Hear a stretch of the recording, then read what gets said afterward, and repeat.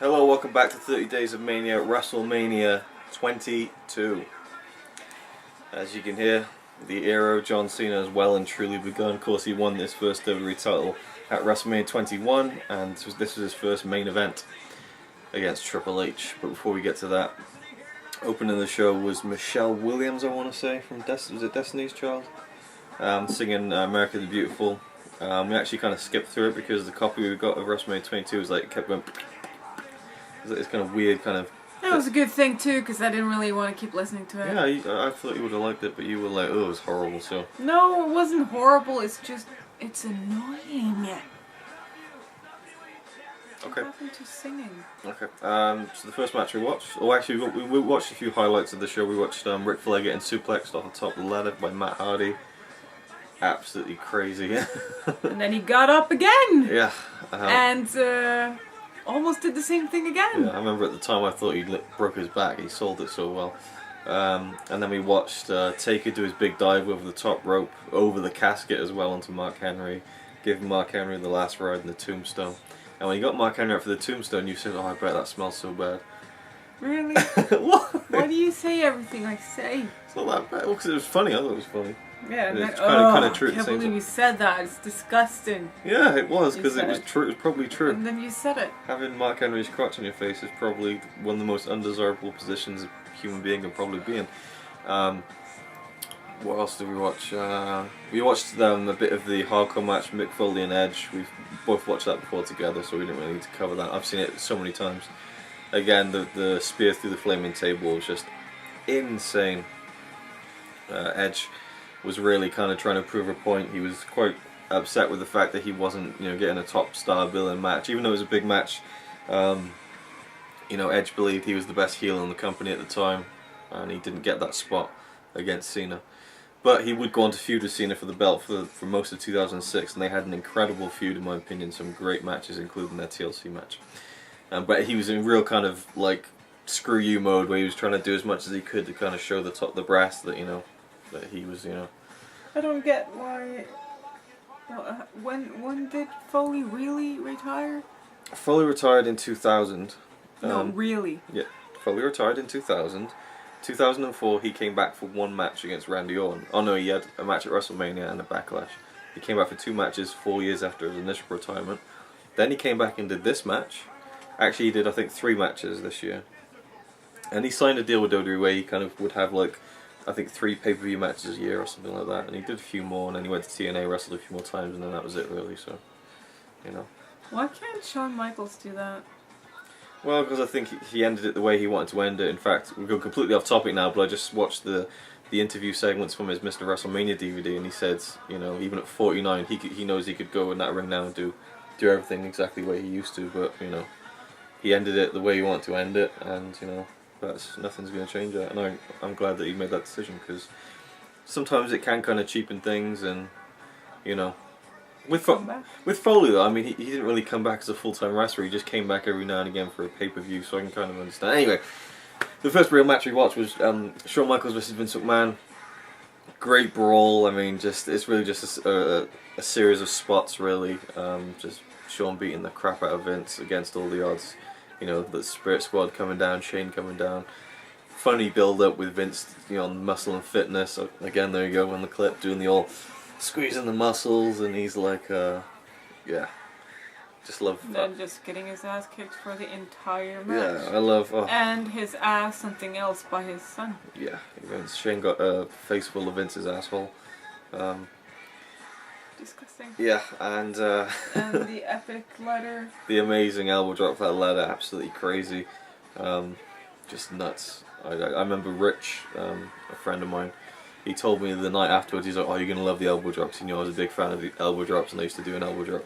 And he was like, "Oh, it was amazing. Before Shawn Michaels did it, he did the DX sucker." He's like, I was screaming in my living room, woke my mum up at 4 in the morning, because Rich is a huge DX fan, and that's, ever since Shawn Michaels came back, he's like, "They're going to bring DX back, they're going to bring DX back." And when he did the crotch chop, Shawn, Rich went nuts, and the crowd went nuts as well. Oh, nice still.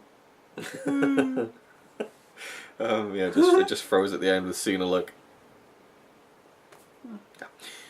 So you know, decent, fun, just kind of you know, brutal match. Vince just like taking ladder to the head, a chair to the head, just not putting his hands up at all. Crazy.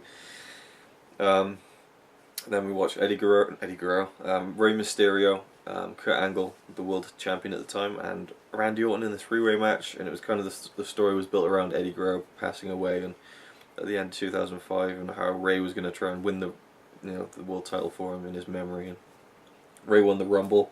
Actually, his last, I think Rey holds the record for being in the Rumble the longest and winning. He was in it for well over an hour, I think, in 2006. And then Orton came down and he was like, hey! Well, not at the Royal Rumble, but he came out on SmackDown or something and was like, Rey, Eddie's not up in heaven, he's down in hell. And it was just like, I remember the controversy surrounding it at the time. It was just so fresh, and it just felt like, you know, I think deep down Eddie probably would have been fine with that. You know, if you asked him, you know, soon after you're dead, would you mind someone using your name? Like, he'd be like, yeah, man, that's great. You know, I'm sure Eddie would have had it, but it's still the, you know, the family. Yeah, and of course Vicky Guerrero was, you know, well, I don't know how much of a relationship she had with WWE at this point, because she went on to, of course, become a part of the show. But anyway, I never liked it. I didn't like bringing it in like into the feud. I don't think it really needed it. But there you go.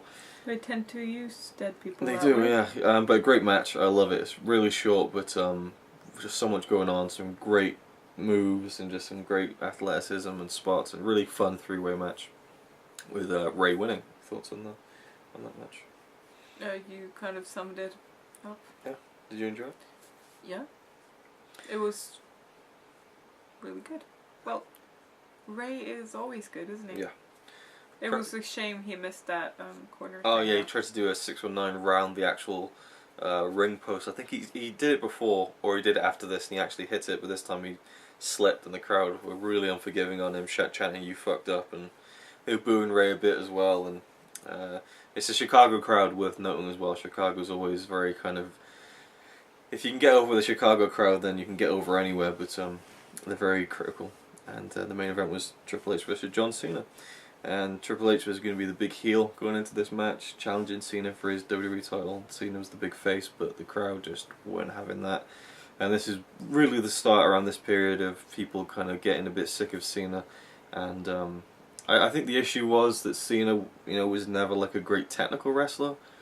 And I've always said he's a great worker, as in he can go in that ring and he can do stuff, and he can build a match that's exciting, and he can, you know, he can take bumps, not, you know, really well, but he knows what he's doing. He's a great worker, but you know, especially Chicago, they're not going to really cheer for John Cena, and Triple H was kind of the next best thing in that match. So the crowd were just loving Triple H, and even Triple H couldn't help but smile, even though he was supposed to be the heel. You could tell he was loving it. The match itself. Oh, about smiling. Huh? Shawn Michaels' face before he went up that ladder. He was like, yeah, it's like, can't believe I'm doing this. yeah. That was really fun. That was great. The match itself, Triple H, John Cena, what do you think? Would you think it was a better one than the Batista match that we watched? Everything is better than the Batista match. Yeah. Everything. It was, this match was more about the atmosphere. As a match, it's not brilliant, you know, but it's not bad. It's certainly, you know, it's more than good, but it's just not one that I look to as a great WrestleMania match, but a great WrestleMania moment. That, you know, the crowd just, you know, chanting "Fuck you, Cena." I mean, you don't see that very often, and the, you know, the boos and the yeahs when they're punching back and forth. It was a good crowd though. Like, yeah, they great made, crowd. I don't know. And especially towards the end, you know, with all the kickouts, and you just see like shots of the crowd. They're like, "Oh my god!" Like they were so into it. You could tell it was a great atmosphere. Which made the last shot even better. Yeah, of course. Triple H for the third year in a row, kind of passed the torch again, and well, not passed the torch, but you know, put over a new guy. Of course, at WrestleMania 20 it was Chris Benoit. WrestleMania 21 Batista, and then this year John Cena tapped out to the STFU as it was called back then, and the crowd was just like. And then of course there's a panic. Confusion. Yeah, confusing. Yeah, one what? Guy was like, he looked like it was gonna go like 2, and then it's like, wait, what? He won. And then someone going, the fuck. Yeah, it was brilliant. And yeah, the crowd weren't that happy with that decision. So yeah, that was WrestleMania 22. I think it's a great show. There's some good matches, you know, on the undercard as well. Yeah, I just think it's a pretty good one. Anything else about that? I thought it was a little bit boring. The match. Still, yeah. This match or the whole show? No, the match. Yeah, that's fair enough. It wasn't a very Ray exciting was good, match. Shawn was good. Slow, kind of methodical.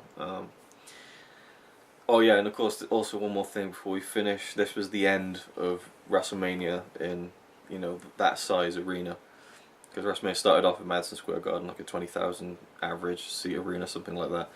And then they went on to, like, you know, the Pontiac Silverdome, this huge 90,000 seat arena for WrestleMania 3, the Sky Dome in WrestleMania 6, the Houston Astrodome at WrestleMania 17, back to the Sky Dome again for 18, Safeco Field for 19, these huge stadiums. Then WrestleMania 20 they went back to Madison Square Garden, and this was a conscious decision where they basically redid what they did at WrestleMania 2, which was a show in New York, Chicago, and LA.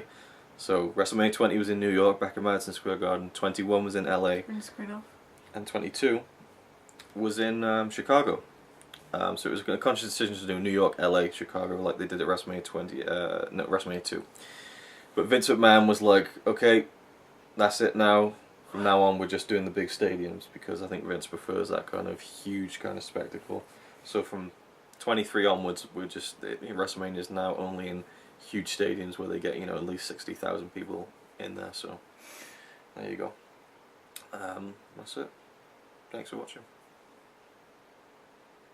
No weird way to, you know, sign off today. To-do? To do. It's like ta-da, only with the oo.